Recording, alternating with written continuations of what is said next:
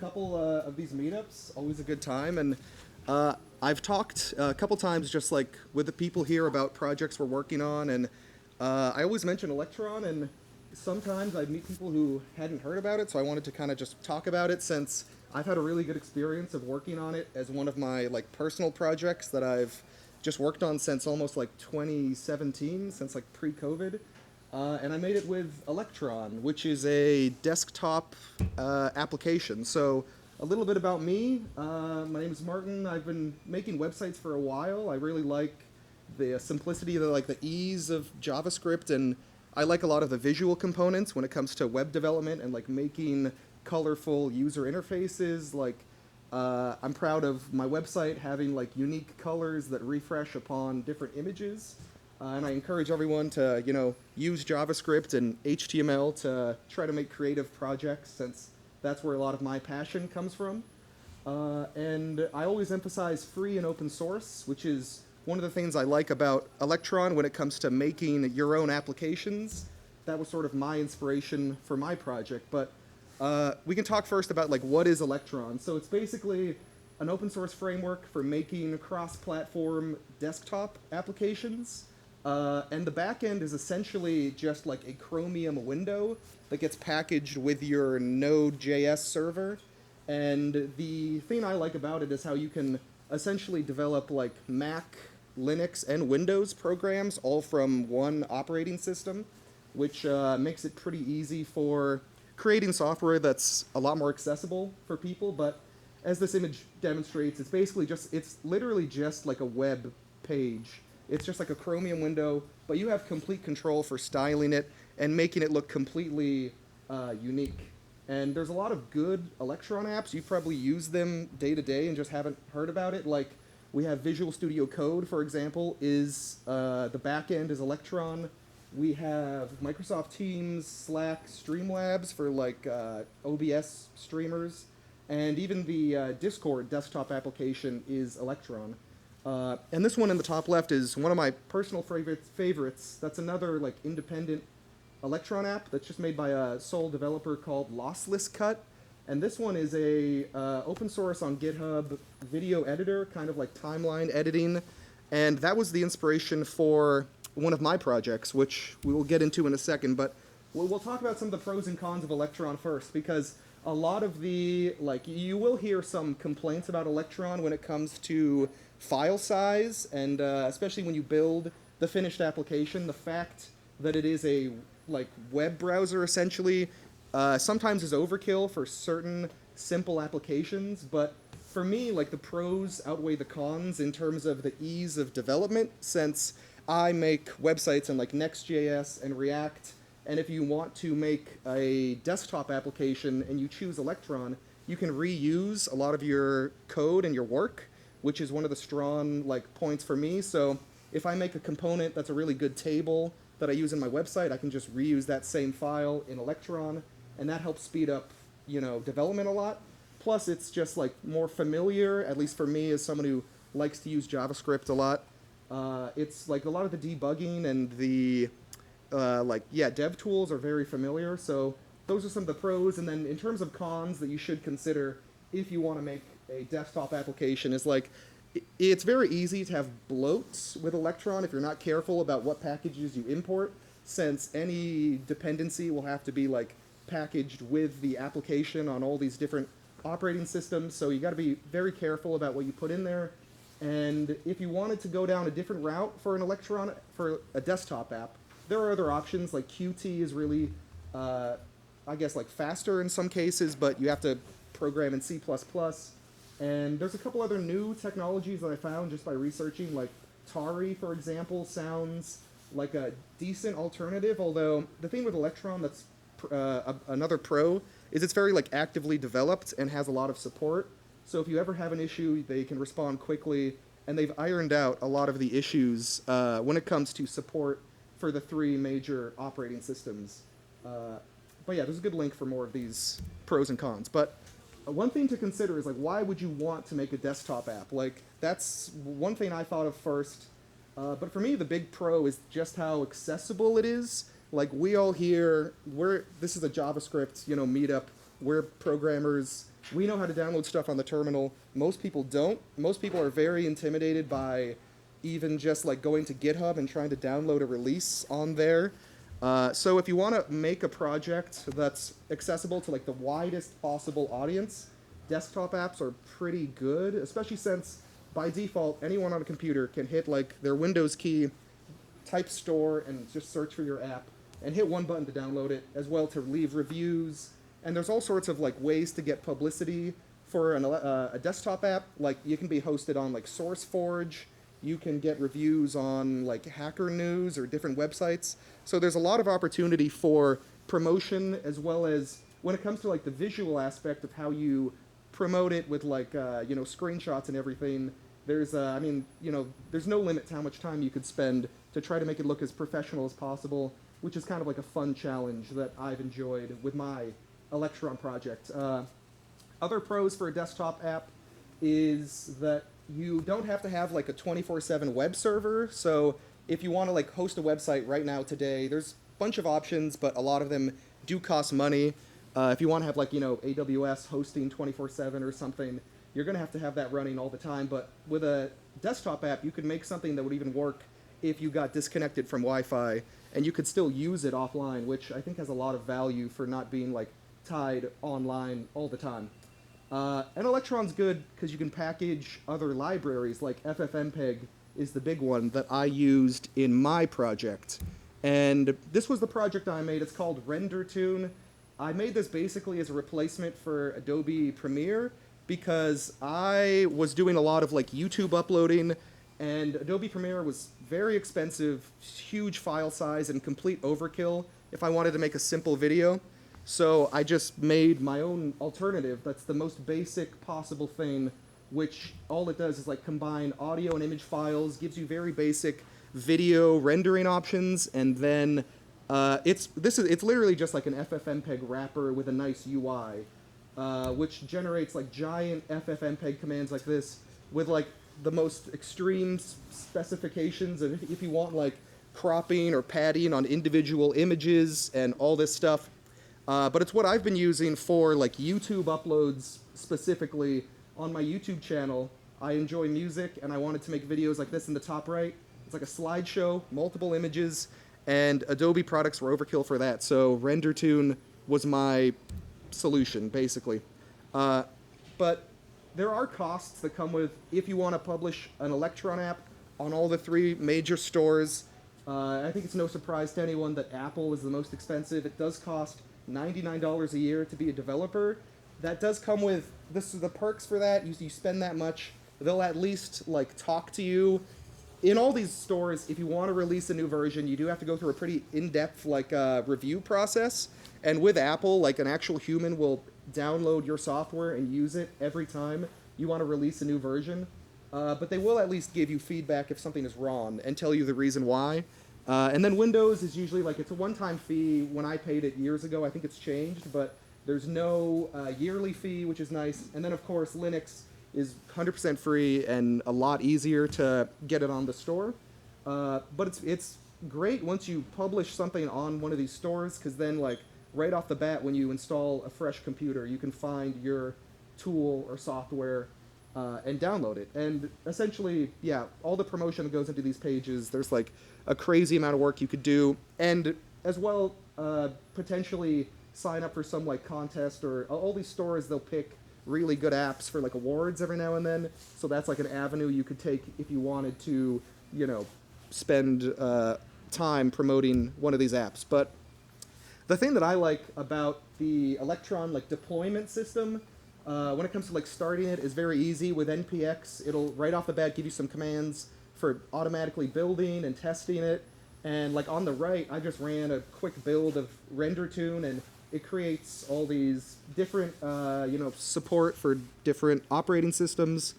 And then the thing that I finally got working in the past couple years is, in terms of like continuously deploying and updating, you can do it all with GitHub Actions, which does cost money, but the actual like YAML build file you could run on some other free options. But it's just good to know that like it at least allows you to release new versions of your application, you don't even have to like be at your computer technically. Like from your phone, you could change code and then trigger a build and completely from the UI just make a new review process for all the 3 stores and get a new release online. And it's like somewhat miraculous that this all works because Apple has very strict like provisioning and like authentication requirements. So you have to just like generate some keys, convert them into plain text, add them as secrets onto GitHub Actions, but you can like fully notarize and upload to Mac, Windows, and Linux from a single build, which makes it very useful for just like releasing new versions.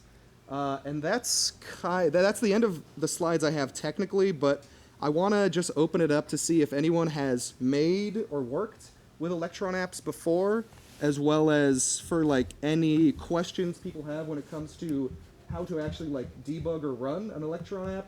I wanted to show kind of like the ease of designing UIs with it, since if anyone here has worked with like HTML, CSS for making UIs online, all the like debugging options are really useful when it comes to testing out different, like margins and getting like fine-tuning the exact style you want. And that's like one of the pros I like when it comes to developing with Electron, is you have all the tools here you need for calling individual methods or testing. And the good news is like this running and being developed on my Linux computer, it would look exactly the same on Mac and Windows. So you don't have to test too in-depthly for like simple UIs, but obviously more in-depth stuff, you would want to get all the styling correct, and you can even do that on like a virtual machine just to see how it looks. But when it comes to like actually testing and running the apps, I find it Electron to have been the best framework for me to use. And in this case, again, it's just a wrapper, but there's a decent amount of complicated features you could add. So like this is just an example for rendering videos, but I think that with FFmpeg, like if you wanted to make a program that was the best MP3 to FLAC converter, or if you wanted to make a way to like stream audio, you could essentially come up with all these ideas and release them as an Electron app for a relatively low cost. So I just wanted to like present that as sort of showing some of the opportunities that you could have if you want to take a project in JavaScript. Maybe you have something running already in like a web app or on a local script, but if you wanted to release it to get it to the widest possible audience, I think Electron's a decent use case for this that could, bring your code to people who are not as like technically literate, I guess, to the more general, widest audience, as well as anyone who would, need it. So in this case, it's just a video renderer, but for any application you would want, and if you're familiar with JavaScript, HTML, CSS, I'd recommend Electron, basically. But besides that, is there any questions or feedback? I'm curious if anyone here has used Electron before in any cases, or has any like pros or cons. Have you found any use case for it before? Once or twice, yeah. Yeah. So it seems like it's there. That's how I would describe it. Yes. Anything? Yeah, it does have, for a lot of the UI components, like the Electron, and I think we saw it in the screenshot, it does have a build and test component, like by default, that you can just like run with the default test, or you could add linting to all your code. It's kind of, that's one of the pros is, I guess, anything you would use on a website you could relatively believe would be supported for Electron. There are some quirks when it comes to like the different operating systems. Like for example, on Mac OS, if you want to support previous versions like High Sierra, if you want to go really far back, you kind of have to finesse some of the file paths when it comes to like FFmpeg. And then even like if you're doing intense rendering, like for video rendering, for example, different computers' architectures, like the old Mac Intel versus Mac like CPU chips, could cause some differences, which in a lot of those cases I do find like testing to be the best if you have like in my case, I'll just make a virtual machine with like Mac and run it for some like in-depth tests. But for automating, there are options that what you could use for that type of stuff. Yeah. I was just curious what the difference between Electron and like a PWA is, or a progressive web app. Is a progressive web app like is that something that's running on desktop as well? Probably.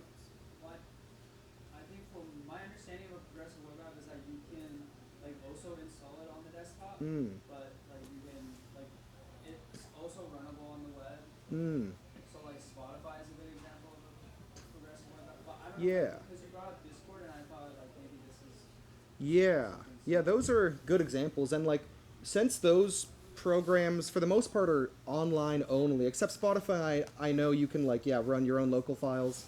In some of those cases, the like local desktop version could be just either linking to the online version or it probably is in some cases. I know I had the examples for Electron apps. Not sure if Spotify is an Electron app. It very well could be. I wouldn't be surprised. But I guess like in Discord's case, the difference might be like progressive web app is maybe like a broad like description of something that would be running on the web and could also be desktop, and then Electron is one of the cases in which you could use to make like a web app that's available offline.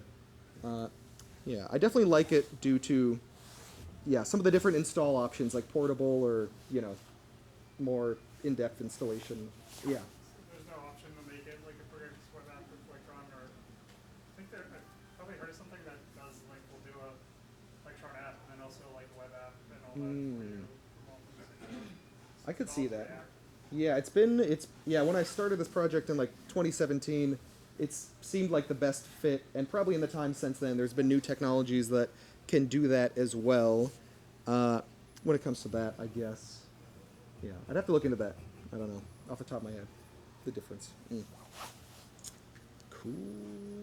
Yeah. So would you say like the main benefit of doing a native app with Electron versus releasing as just like a regular website that you can bundle native dependencies like FFmpeg with it for offline use? Yeah. You would need that on your server or something. Yeah, I definitely think that's one of the pros is how you, like as a developer, could package some libraries and build your own UIs around it to make a more complete like end-to-end experience all off of your specifications.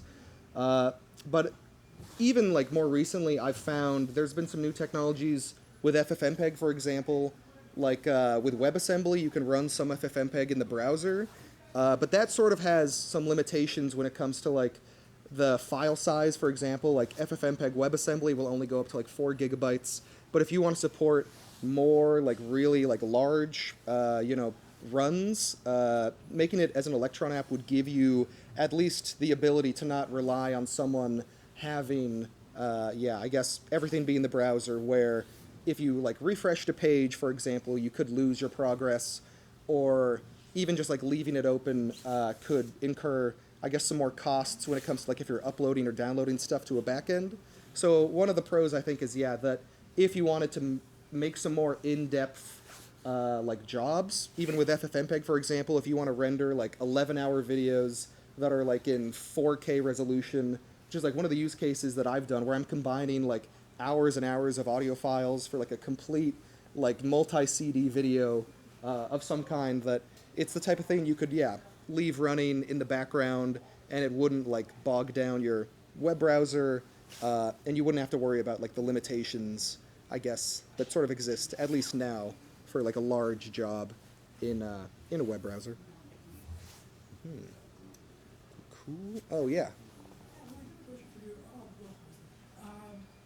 So when you develop for Electron, do you have to develop in a specific way, for example, like React or Vue, or is it just like a package of your own JavaScript HTML files? Yeah. By default, like if you create a new Electron app just right off the bat, it will just be a static website that's like an HTML page and a JavaScript file running the Electron backend. So when I first made RenderTune, it was all like that static system, which is like it's not tied to one particular like front end thing. Like in my case, I started as a static page, and then when there were too many files and I wanted to reuse assets, I converted it all to React.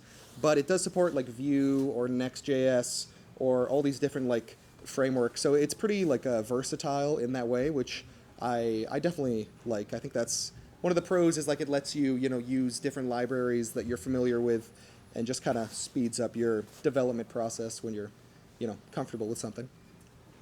Yeah. Yeah. Are there configurations for mobile platforms as well? You mentioned desktops, but like if you just like do React Native, so you've got test events and spin ups and Yeah. When I was putting together like some of the resources for this, that's one of the examples I was seeing online where people were, I think, using this for like mobile apps. It's not something I've tried yet, but I think even if like React doesn't support mobile apps, you could at least reuse assets like in a lot of ways. If you wanted to make a website, mobile app, and desktop app, you could make them all with some of these like React components or something, and then reuse them in that way. But yeah, I think so. Cool. All right. Well, yeah. Thanks everyone for listening. And if you have any Electron questions at any point, let me know. I'd be curious to hear. Sure. Think.